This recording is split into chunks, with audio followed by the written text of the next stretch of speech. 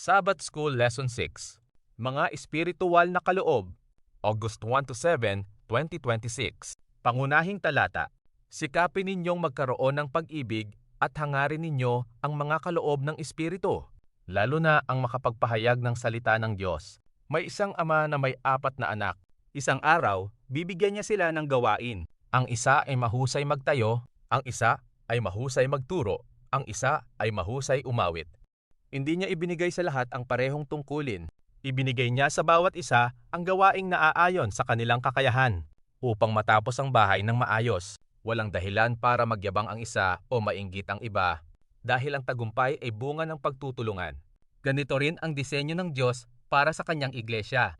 Ayon sa 1 Korinto 12-14, ang Espiritu Santo ay nagbibigay ng iba't ibang espiritual na kaloob sa bawat mananampalataya. May tinawag upang magturo, mangaral, maglingkod, magbigay, magpalakas ng loob, mamuno o tumulong sa nangangailangan.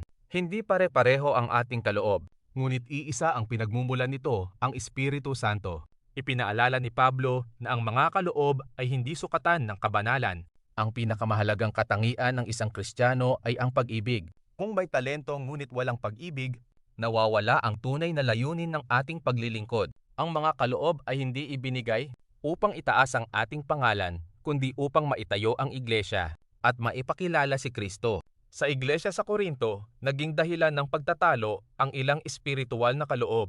Itinuwid sila ni Pablo sa pagsasabing ang Diyos ay Diyos ng kaayusan at kapayapaan, hindi ng kalituhan. Ang bawat kaloob ay dapat gamitin ng may pagpapakumbaba, disiplina at pagmamahal. Mga tanong sa talakayan.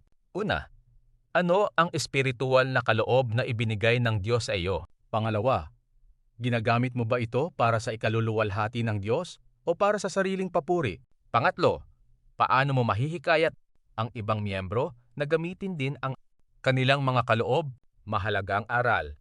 Ang bawat mananampalataya ay may mahalagang papel sa katawan ni Kristo. Walang maliit o malaking kaloob sa paningin ng Diyos kapag ang bawat isa ay tapat na ginagamit ang kaloob na ipinagkatiwala sa Kanya ng may pag-ibig, nagiging matatag ang iglesia at mas maraming tao ang naaakay kay Jesus. Naway hilingin natin araw-araw ang patnubay ng Espiritu Santo upang magamit natin ang ating mga kaloob sa tamang paraan.